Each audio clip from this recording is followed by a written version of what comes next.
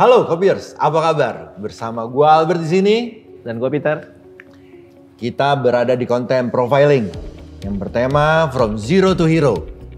Oke, hari ini kita bersama dengan Pak Sony, Direktur Utama dari Indo-Pasifik Indatama, di mana sekarang sedang membangun proyek apartemen di Alam Sutra yang keren banget dengan nama Pacific Garden Cactus Town. Halo Pak, apa Halo, kabar Pak? kabar Pak? Baik. Baik. Pak Sony, boleh cerita sedikit gak nih? Gimana Bapak awal mulanya Bapak berkarir? Ya, saya tahun 1996 ya, sampai ini 2001 itu sekolah S1 dan S2 Engineering di Amerika. Oke. Kemudian tahun 2002 sampai 2008 kemudian masuk ke kita starting VR ya, VR motorcycle. Kemudian mulai dari tahun 2008 kita starting Evercost mobile phone. Terakhir ini kita starting properti Pacific Garden itu tahun 2017 ya sampai dengan hari ini. Oh, jadi sebenarnya developer Pacific Indatama ini adalah backgroundnya dari VR dan dari apa tadi? VR, kemudian Evercross ya, Pak, ya? mobile phone, Oke. kemudian sampai hari ini di ini. Oke. Bisnis yang sebelumnya itu masih tetap berjalan sampai hari Tetap ini. jalan. Sampai ya, hari Pak? ini tetap masih Iya, berjalan betul. ya Pak? Iya. Oke Pak, boleh sedikit flashback nih Pak Ya. untuk masa di mana pendidikan formal Bapak, boleh mungkin di-share biar kita tahu lah sedikit. Ya, basically saya mengenyam ini ya S1, S2 untuk engineering itu di Amerika. Oke. Kemudian ambil MBA untuk ini ya belajar tentang manajemen di NUS Singapura. Oke. Nah, kalau seperti itu, kapan nih kira-kira Bapak waktu Bapak terjun di properti? Karena kan backgroundnya dari engineering nih ya. Betul. Boleh di-share gak? Kapan Pak kira-kira itu? Sebenarnya dari awal mula ya, kita sudah lakukan investasi kecil-kecilan lah di properti. Beli tanah, jual tanah, kemudian invest di seperti pergudangan, seperti ruko, ya kantoran, macam-macam bentuknya. Tapi sebagai investor kecil gitu. Berarti investor kecil ya, perorangan jatuhnya ya? Betul. Kemudian sampai tahun 2016 mulai ya, kita punya kepikiran, gimana kalau kita lakukan sesuatu yang lebih serius gitu. Ya, kemudian kita lakukan persiapan. Tahun 2017 kita secara resmi melaunching Pacific Garden ini. Oke. Nah, boleh tahu sedikit gak Pak? Kenapa Bapak pilihnya untuk di bisnis properti?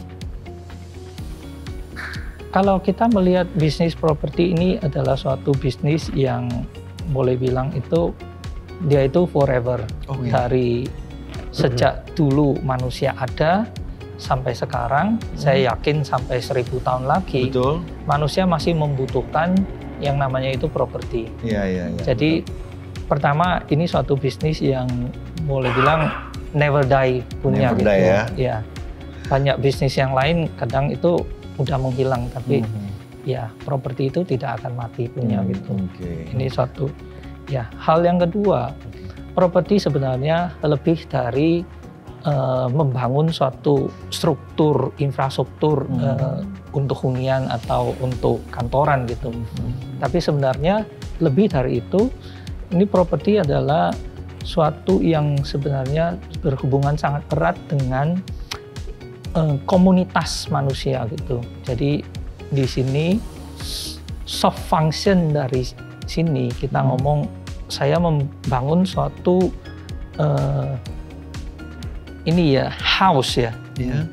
Kemudian kalau kita membangun suatu home gitu, mungkin dalam bahasa Inggris ya kita lebih mengerti perbedaan. Definisi yang berbeda ya Pak ya, house sama home ya. Berarti kalau misalnya seperti itu, ada dua alasan tadi Bapak kenapa milihnya properti.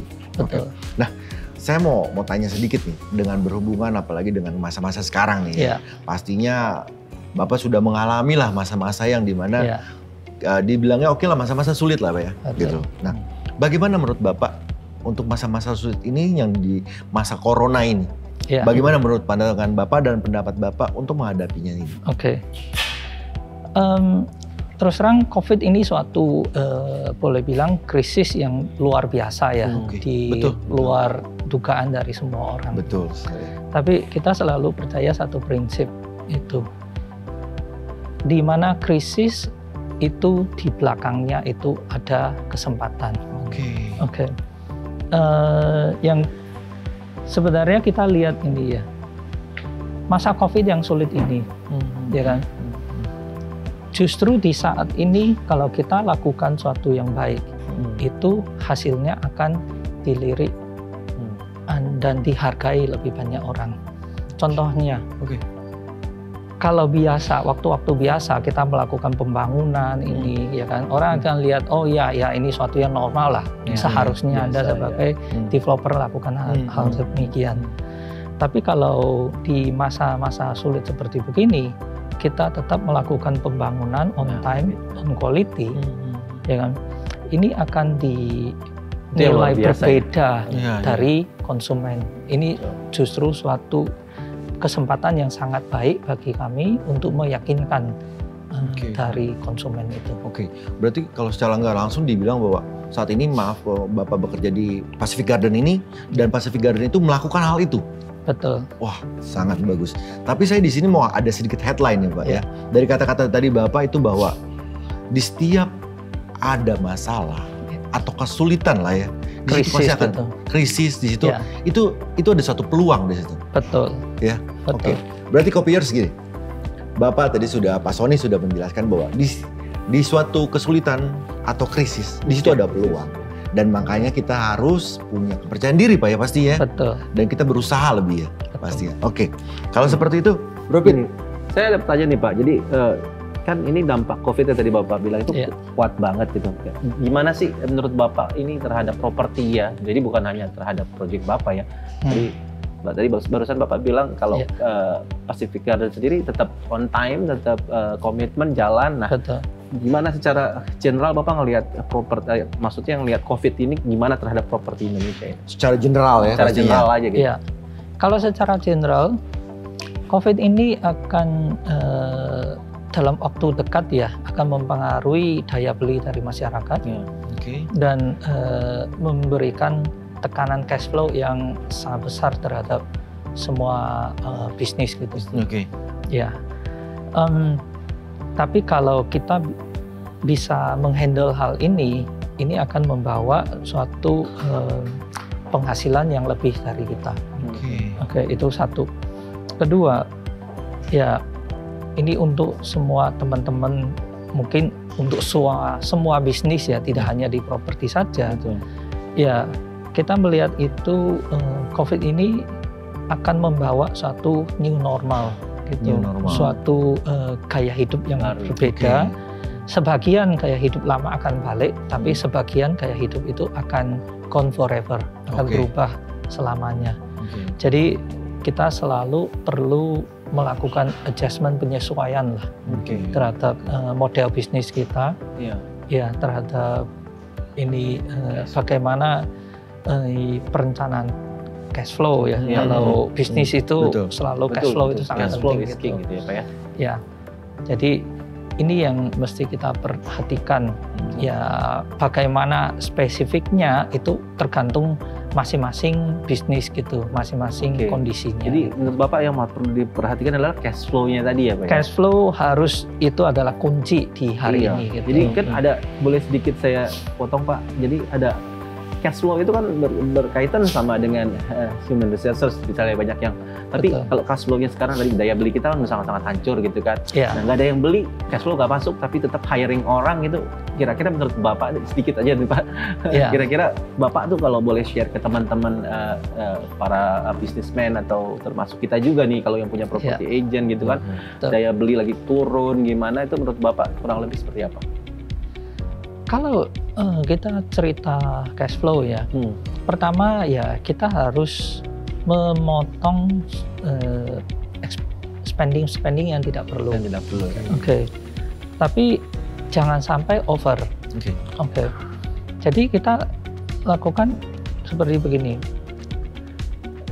Biaya yang tidak boleh dipotong itu adalah biaya yang berkaitan dengan komitmen yang sudah kita berikan. Oke. Jadi kalau kita misalnya kita hire karyawan, ya kan, kita dari awal kita punya suatu komitmen bahwa oke, ini setiap karyawan tuh kan punya target kerjanya. Selama mereka mencapai ini targetnya, artinya ini go on. Ini adalah komitmen antara perusahaan dengan karyawan. Betul. Kemudian komitmen antara perusahaan dengan si kita punya konsumen, ya kan? Kita bilang, oh ini saya punya project, kapan ini harus selesai, kapan ini kita kualitasnya seperti apa. Ini tuh tidak boleh kita dengan gampangnya di diskon gitu. Oke, ini harus all out kita untuk menepati apa yang kita komit itu. Oke. Ya, sebenarnya bisnis itu adalah mengenai trust. Kenapa saya beli di sini bukan sama orang lain gitu? Ya karena adalah trust yang dibangun itu. Iya. Oke. Betul. Nah, kalau misalnya begini, boleh nggak Pak? Kira-kira boleh ke teman-teman buat kopier sekalian supaya kasih motivasi sedikit Pak, gitu loh. Buat teman-teman kita tetap bisa termotivasi nih pada saat masa-masa sekarang, gitu loh. Oh, kalau itu kita ceritanya gini ya, nggak masalah itu hari ini itu malam gelap seperti apa, panjang dingin gitu, ya kan. Tapi besok matahari tetap terbit kok. Oke. Nice banget. Jadi kalau menurut Pak Sony adalah malam dingin, terus apa? Malam panjang dan dingin. Tapi besok matahari tetap terbit. Besok hari matahari tetap terbit. Jadi pasti COVID ini pasti berlalu. Pasti berlalu ya. Akan berlalu, kita ambil semua krisis itu pasti ada habisnya. Iya. Dan di balik itu semua tadi Pak Sony bilang ada kesempatan yang sangat-sangat bagus ya. Ada sesuatu yang sangat bisa kita manfaatkan lah ibaratnya. Jadi boleh sedikit Pak, saya mau sedikit minta pengen tahu lah prinsip kerja Bapak itu kira-kira dalam membangun satu project ataupun satu tim, build satu tim, itu prinsip kerja yang Bapak punya tuh boleh sharing sedikit. Kalau kita ini ya, prinsip kita melakukan pembangunan ini ya, itu sebenarnya simple. Kita hanya itu adalah on time dan on quality. On time on quality. Ya, on time on quality. Oke. On time on quality. Ya, jadi ini adalah lebih intinya adalah suatu trust yang kita bangun gitu. Oke. Ya, kunci dari kesuksesan suatu bisnis itu adalah kepercayaan. Betul. Oke, kalau tidak ada trust itu, ya bisnis tidak akan bisa jauh lah. Gila, hari ini tuh rasanya kayak cepet banget ya. Betul. Rasanya ngobrol-ngobrol dengan Bapak nih kayak asik banget dan banyak kayaknya yang kita bisa ambil dari pengalaman Bapak dan yang tadi Bapak share ke kita itu mungkin sangat berguna untuk kita pribadi dan mungkin para kopiers di luar sana gitu. Oke kopiers, hari ini konten From Zero to Hero bersama Pak Sony kita sudahin dulu nih. Oke. Tapi kita akan ketemu lagi nanti di konten berikutnya di review project. Oke, sebelum itu gue minta subscribe dong untuk ngedukung kita di sini, ya. Dan juga jangan lupa likes-nya. Serta kalian mau komen di bawah, komen-komen yang pastinya membangun dong untuk kita semua. Oke? Betul. Kalian juga boleh, gue tambahin sedikit. Sip. Kalian juga boleh pilih project-project mana yang kira-kira bakalan kalian pengen tahu nih. Siapa di balik project tersebut atau gimana reviewnya project tersebut, kita akan bantu. Jadi kalian yang pilih, kita yang review. Boleh. Oke? Oke, sip. Kalau kayak gitu, sampai jumpa, Kopiers. See you. See you.